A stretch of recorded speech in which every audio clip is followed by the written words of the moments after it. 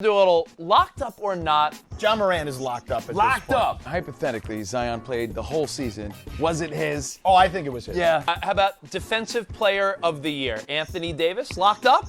I don't think locked up. Giannis is absolutely in the conversation. Right. And by the about- way, I got someone for you that no one's talking about. Ben Simmons. No Not yet. lockup. Nick Nurse is probably still the front runner, although I would give Billy Donovan a shot.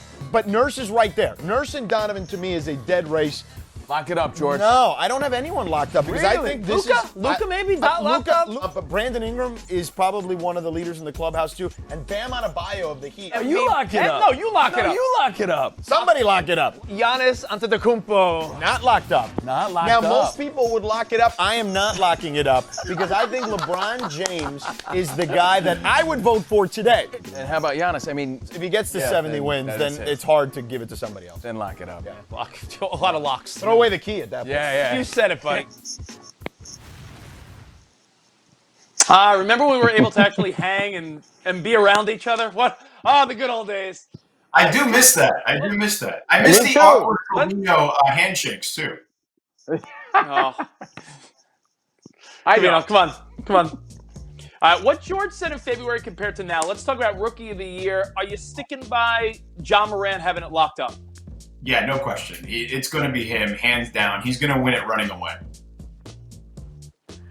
If you could do it all over, right? If you do the draft all over, knowing what you know now, would you have taken him first over Zion? No. I still think Zion has the higher ceiling. I think that Zion is one of these guys who's a generational player. I think John Morant is an exceptional player. Like, he's kind of this crazy hybrid between Russell Westbrook and De'Aaron Fox with his speed. He's going to be a fantastic player for a long time, but I think that Zion, to me, just has a different level, a different appeal, too. If you look at the games, the average NBA game averages about 1.6 million, 1.7 million viewers. Pretty much all the Zion games were well over 2 million viewers. So it's a different feel for Zion, not just on the floor and his ceiling, but just what he brings just from a notoriety standpoint. Okay, a month before this all stopped, you said that Anthony Davis wasn't a lock for Defensive Player of the Year. So who is? It's Giannis. I think Giannis is the Defensive Player of the Year. You're talking about a Milwaukee Bucks team that had a historic run defensively this year. Like, they were that good. Like, you can put them up there with some of the best defenses we've had in the history of the sport. He's the centerpiece of that because he's guarding the perimeter, he's guarding the paint. And look, I'm not saying that guys on his team haven't helped. Brook Lopez will probably get a few votes here and there. But for the most part, it was Giannis at the centerpiece of all of that. And look, no shot at Anthony Davis. Anthony Davis is probably going to finish second on this particular vote, but it's Giannis for me. George, a guy you love. You didn't say it was a lock, but I felt like you were leaning that Nick Nurse, Coach of the Year. What do you think? It was a dead race for me, literally until the end, between Nick Nurse and Billy Donovan. And man, I wanted to give it to Billy because the Oklahoma City Thunder, the over-under on wins for them in Vegas before the season was 33. What he and Chris Paul have done this season with that particular group are just fantastic. I actually have Chris Paul third in my MVP voting when I voted on ESPN.com.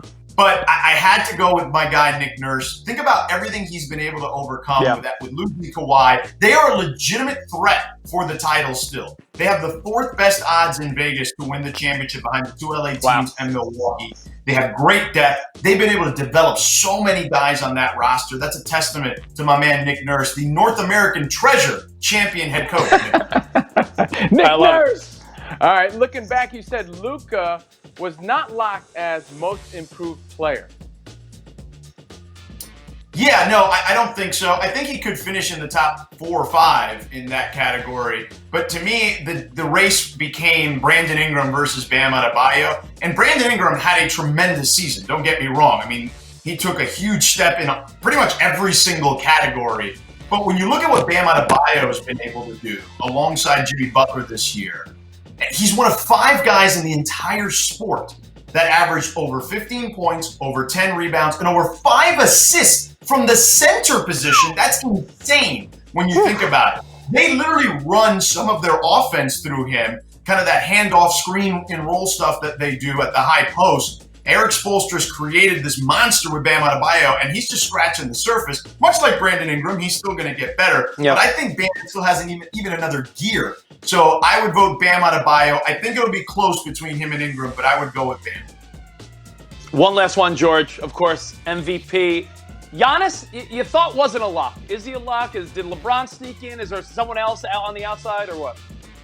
No, he's a lock. I still would vote for LeBron for a number of different reasons. Number one, I think he impacts the game offensively in ways that Giannis can't. Giannis, for as great as he is, and he is tremendous, right? I mentioned Anthony Davis being an extraterrestrial earlier. Giannis is also in that extraterrestrial category. Yeah. And, but he still has moments where you think to yourself, I don't know if he can shoot the ball all that well. Do you trust him?